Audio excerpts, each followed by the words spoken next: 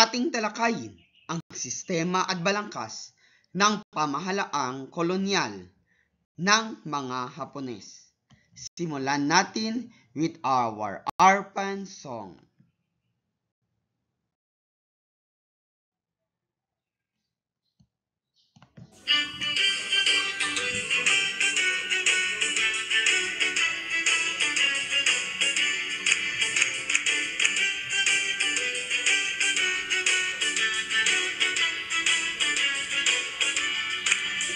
Araling panlipunay tuklasin, araling panlipunay alamin. Pag-aralan natin ang ating kasaysayan, handog nito'y puno ng kaalaman. Araling panlipunay tuklasin, araling panlipunay alamin. Pangyayari mula noon hanggang sa ngayon, dala-dala nito'y edukasyon. Araling panlipunay tuklasin, araling panlipunay alamin. Pag-aralan natin ang ating kasaysayan, handog nito'y puno ng kaalaman. Pangyayari mula noon hanggang sa ngayon, dala-dala nito'y edukasyon. Pag-aralan natin ang ating kasaysayan, handog nito'y puno ng kaalaman. Para simulan, tayo ay may magbalik-aral.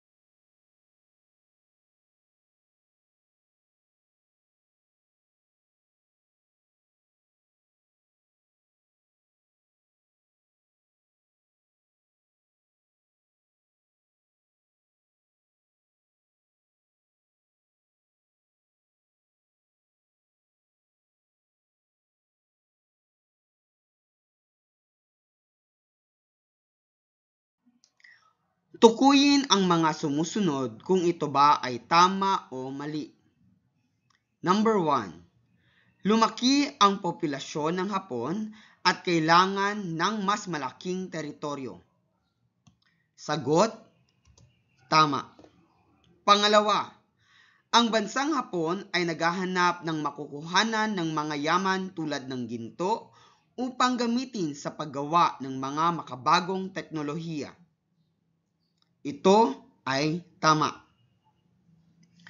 Batid ng mga Hapon ang kasaysayan ng pakikipaglaban ng mga Pilipino upang makuha ang kalayaan sa mga Espanyol at Amerikano. Ito ay tama. Lumalaki ang kanilang produksyon at kinakailangan magkaroon ng pamilihan ang kanilang mga kalakal. Sagot, tama. Batid ng mga Hapon na pinagpilitan ng mga Pilipinong makuha ang kalayaan upang mapasakamay nila ang pagpapatakbo ng sariling komunidad. Sagot, mali. Pagpapatakbo ng sariling bansa.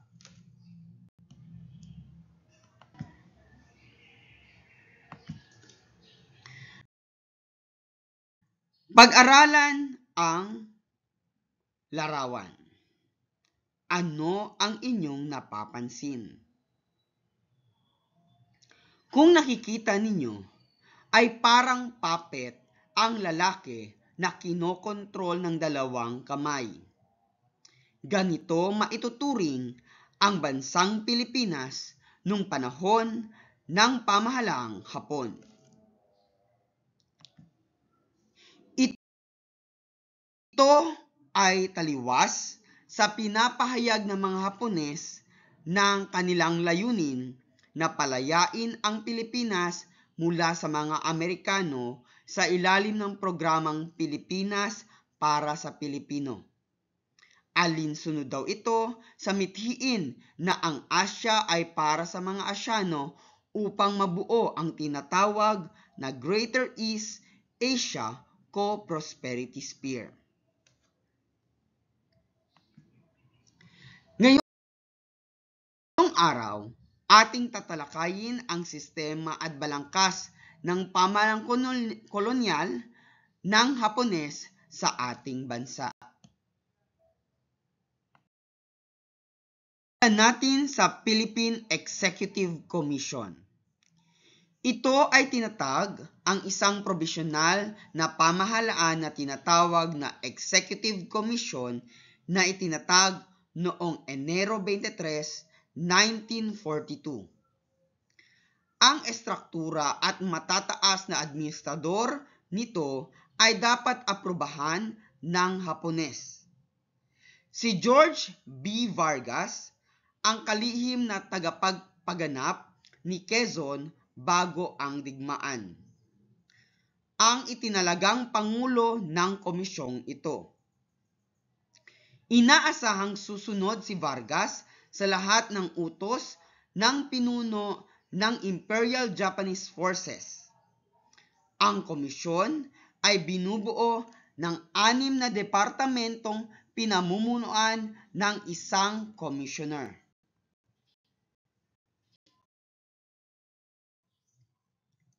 Ang 6 na departamento at ang mga commissioner na ito ay ang mga sumusunod. Interior, Benigno S. Aquino Sr. Pananalapi, Antonio de las Atlas. Katarungang, Jose P. Laurel. Agrikultura at Komersyo, Rafael Alunan. Edukasyon, Kalusugan at Kagalingang Pampubliko, Claro M. Recto. At Paggawaing Bayan at Komunikasyon, Quintin Paredes.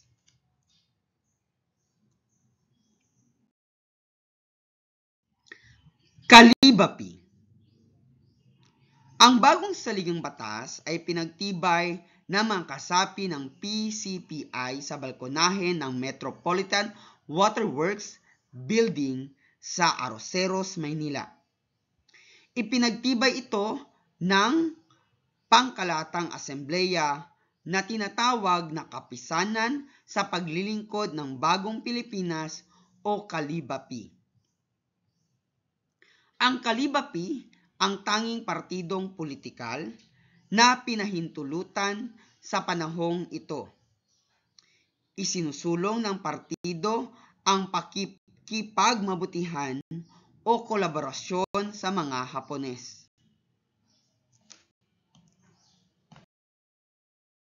Preparatory Commission for Philippine Independence. Sa bisa ng kautosang Imperyong Japan sa Kalibapi, ay tinatag nito ang tinatawag na Preparatory Commission for Philippine Independence o PCPI noong Hunyo 20, 1943. Sa utos ni Vargas, nagkaroon ng halalan na mga kasapi ang pambansang asembleya. Ito ay binubuo ng mga gobernador at alkalde ng mga lungsod kasama ang 54 na iba pang hinirang mula sa mga pinunong pampolitika sa Maynila. Nahalal si Jose P. Laurel, ang nahalal na Pangulo, at sina Benigno Aquino Sr. at Ramon Vansenia ang mga pangalawang Pangulo. Tungkulin ng PCPI ang mabalangkas ng bagong saligang batas sa itatatag na bagong republika.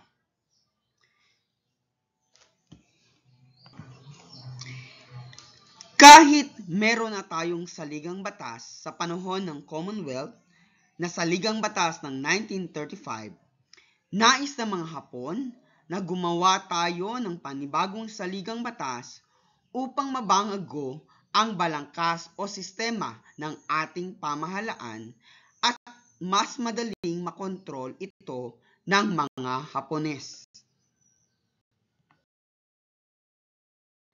Dito papasok ang pagtatatag ng ikalawang republika. Hinangad ni Pangulong Laurel na siyang nanalo bilang Pangulo ng republikang ito na kilalanin siya o ng US ang bagong tatag na republika. Sa halip ay tinaguriang ito ni Pangulong Roosevelt bilang puppet government, kung saan itinuring si Laurel bilang tau-tauhan lamang ng mga mananakop na Hapones.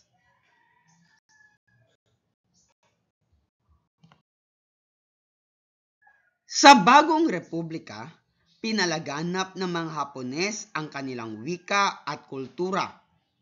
Kinontrol nila ang mga pahayagan at radyo sa pamamagitan ng censorship at pamimili ng mga istasyon na maaaring lamang mag-broadcast at nagpamahagi ng maraming poster, leaflets at pamphlets. Sa paaralang elementarya at sekundarya ay tinanggal nila ang mga batayang aklat na may kaugnayan sa kaisipang Amerikano. Inutos na ituro ang wikang Nihongo sa mga paaralan kasabay ng pag-utos ng paggamit ito sa mga tanggapan ng pamahalaan dahil itinalaga ito bilang pambansang wika maliban sa Tagalog.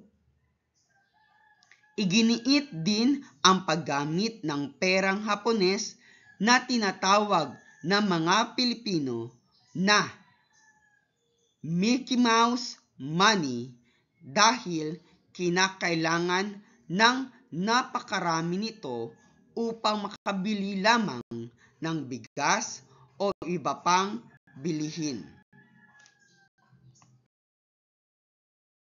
Naunawaan ba ninyo ang ating aralin?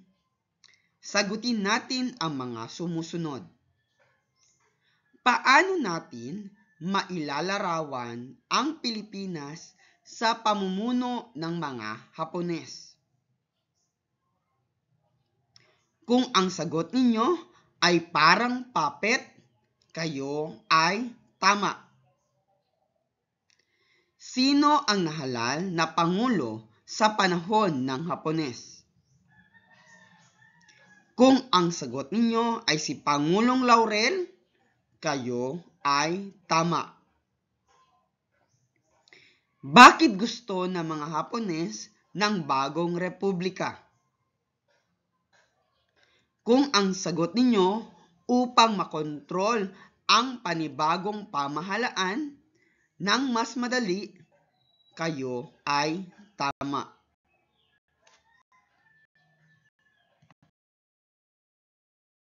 Unawain natin ang mga sumusunod.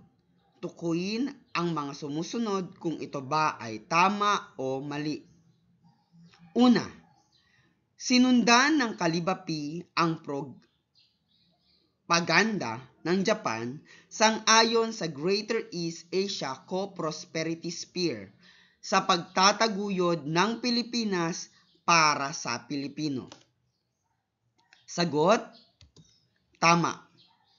Pangalawa, itinatag ng mga Hapones ang Philippine Executive Commission na may 3 kagawaran upang magsilbing pamahalaang sentral. Mali. Pangatlo, ipinag-utos ang paggamit ng Tagalog at Nihongo bilang opisyal na wika sa panahon ng mga Hapones? Sagot, tama. Pang-apat, tinawag na puppet government o tau-tauhan ang pamahalaang itinatag dahil kahit na may Pilipino ang hinirang na leader, ay sunod-sunuran lamang ito sa utos ng Japan. Sagot, tama.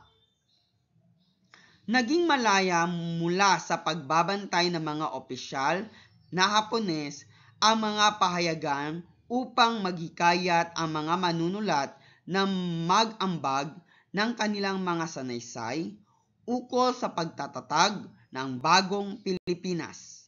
Sagot, mali.